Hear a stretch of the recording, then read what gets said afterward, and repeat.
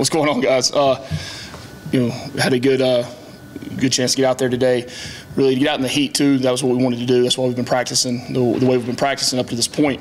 When we get ready to play some of our games, especially early in the season, we're going to be playing 1 o'clock games out there on the same field. So, to be able to get out there and simulate what we're going to go through in game time is what we're trying to do, and that's what practice is. Practice is the ability to go out there and get every type of simulation you can, of game aspects and put them in tough situations, create adversity, especially when you're evaluating different positions and trying to create an identity on the football team.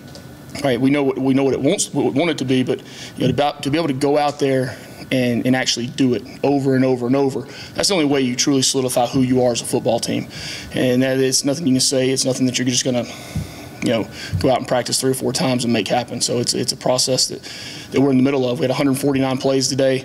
We had 149 total plays, 61 with the ones, just under 50 with the twos, and then the threes got 40 plays.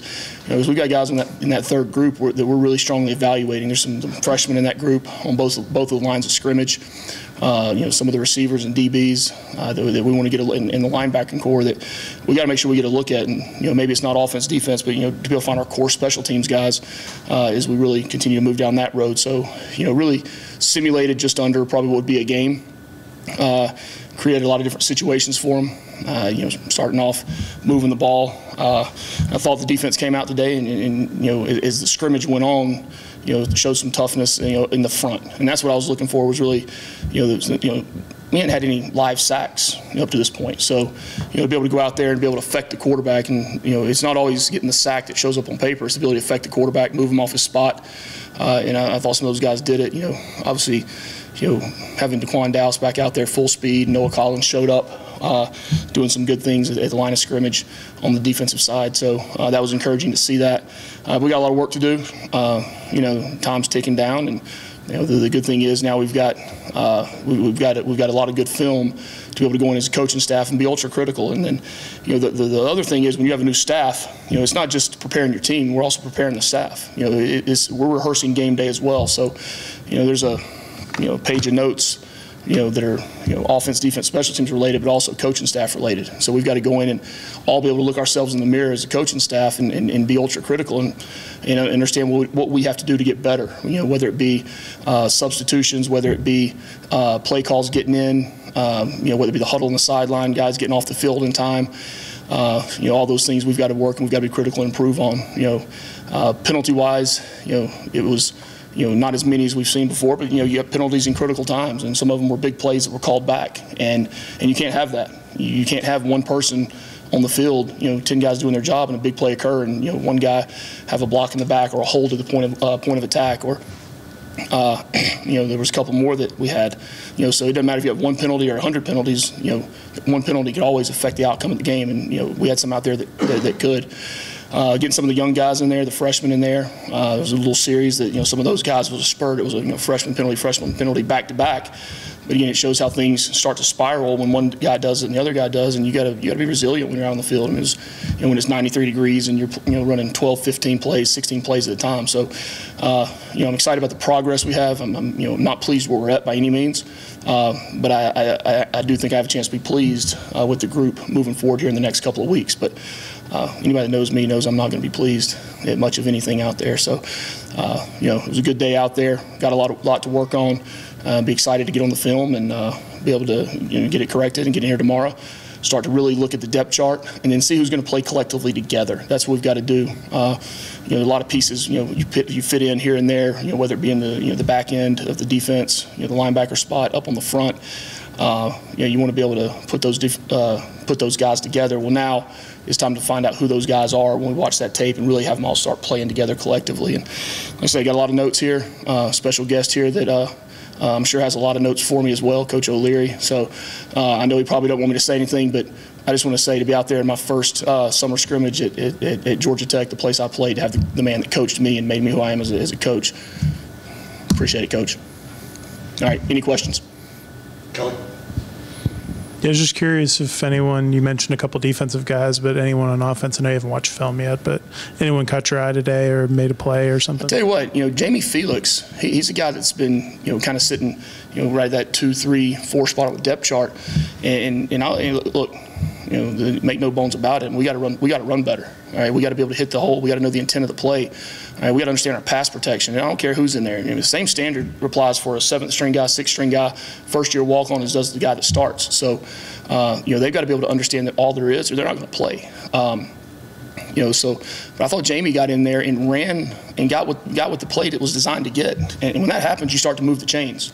All right, you start bouncing plays outside that are designed to go inside. All right, that's where penalties occur on the edge. And there's probably a lot more that could have been called on some of those plays that bounced. But I thought Jamie did a nice job. I really did. Jamal got in there and made a couple of plays. But we got a lot of work to do at that spot.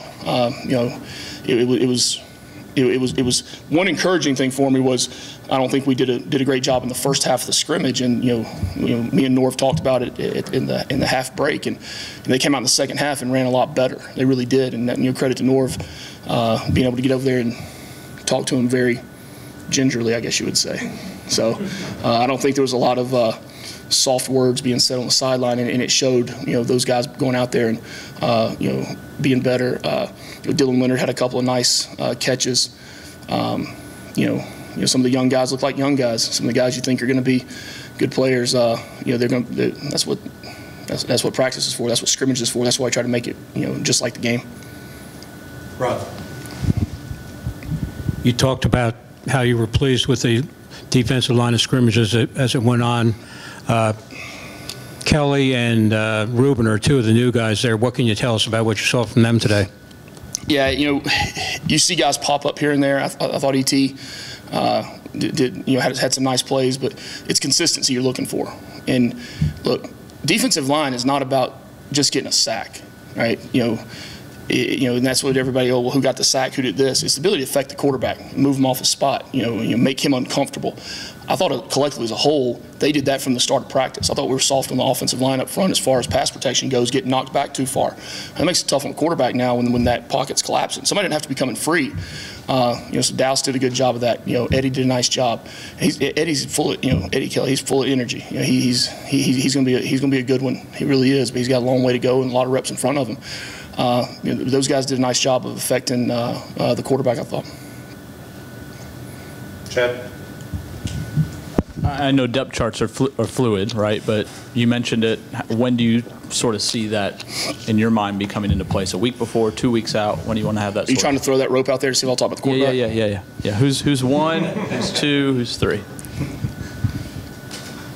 You think I'm falling for that one? You try. That was a sly little. See if you'll talk about the quarterbacks. All of them got reps today. We rolled the 3 guys between the first 2 groups. Everyone. Good thing today. Every person on the team played. Every player on the football team played. It's family day. They got a family barbecue afterwards, so we're able to get every player out there. We'll sit down tomorrow, and I would think. They're fluid, but we'll start establishing, who's what in different spots. Tomorrow, 85–90%, to that point of who's got to help us play. Now, it might be a 2 deep where we know who the 2 deep is, but we don't necessarily know who the 1 is or the 2 is. It's some spots. Yeah. So, but with the quarterback position, days like today, for myself, it's not as much to see who goes out and plays great. It's who handles adversity. It's who handles adversity when you're in a 2-minute drill. Who handles, it's 2nd and 16, right? Or you get a big play and a 15-yard penalty and it brought back, right? Who's going to be able to shake that play off and move on to the next one? And that's what we've got to continue to do with these guys. See who can handle the adversity, shake the play off, move on to the next play. And then be able to go to the sideline and the players still rally around them. That's what's important. I say all the time, number 1 trait in the quarterback that we're looking for is toughness, right? And that's not who is going to get in a street fight. That's who has the mental toughness, to forget about the last play. Let's say the other day you can have a bad play but not a bad day, right? Where do y'all think that came from? Boom, right there. But it's true, right? You can have a bad play, right? But you can't let things spiral out of control. You can't let it. And to see those guys right, and I'm standing right behind them, and to see when it was a bad play, boom, eyes go over to the signal. Or if, they put their head down, now all of a sudden that clock's ticking. They got to be able to shake it off and look back over. Jackson. How would you evaluate the offensive line's performance, not just today, but throughout fall camp as a whole? Yeah, I think they're making good strides. I do. They're playing better collectively together. We've got to continue to get more movement at the point of attack. We've got to be able to not just stay on guys. We've got to get a lot of work at blocking, varying fronts, different things there. When you're rotating, some of the young guys, we are in there to really see if they can play. But as a whole, anytime you've got a group that you really have 6, 7 guys that have started football games, right? And the group that have all played together, right? It's a big bonus because they're not seeing things for the first time. They're able to make an adjustment or a correction pretty quickly. So to this point, been pleased with the progress. Now we've got to go in and be critical of those guys, just like every other position, and make sure we get everything corrected and cleaned up. Kelly? I was just curious kind of what the energy level was. Obviously, it's been a grind, and it was quite hot out. I'm sure it was quite hot on the field. Just kind of how did you feel like the energy was with guys fighting 73. through? 1 year. No, camp's a grind. I mean, nothing comes easy in this game, and there's no secret sauce or flip a switch and all of a sudden become a good football team. It truly is. You have to build a callous football team, and days like today are days that really those guys have to push through, and then it builds the team tighter, brings them closer. It has been a grind, but no different than I said the very first day at camp to the guys.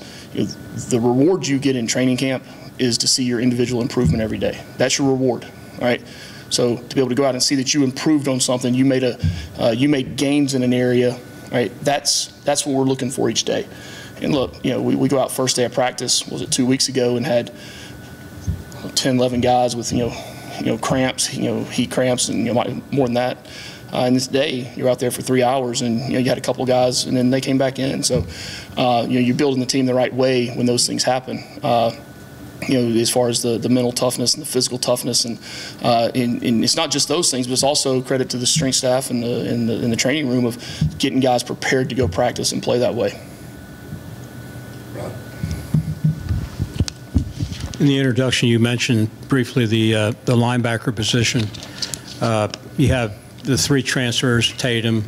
Are you getting any sense of how things are going to sift out there? Mm-hmm. Could you help us out with that? Oh, I mean, Trent's done a nice job. I mean, Trent is he's matured. He's come a long way just really in the last, 5-6 months. Really proud of him. He's communicating better than he ever has.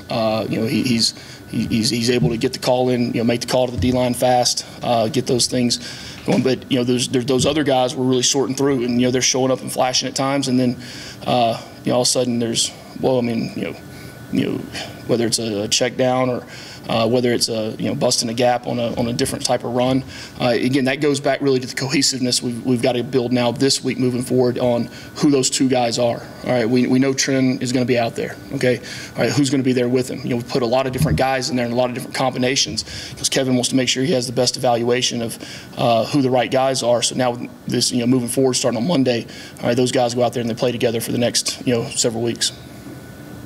Anything more? Anything in the back? Jackson? Have you made a determination on what coaches you want in the booth and what coaches you want on the field during game days? Yep. We're close to it. We've got to, other than the line coaches, we've got coaches that have been in both places. So, like I said earlier, that today is as much of a practice scrimmage for the players, right? It's that way for the coaches, and different guys in the box today, making sure they see which is the right viewpoint for them. Some guys like to call it better from the field, some guys like to call it better from the box.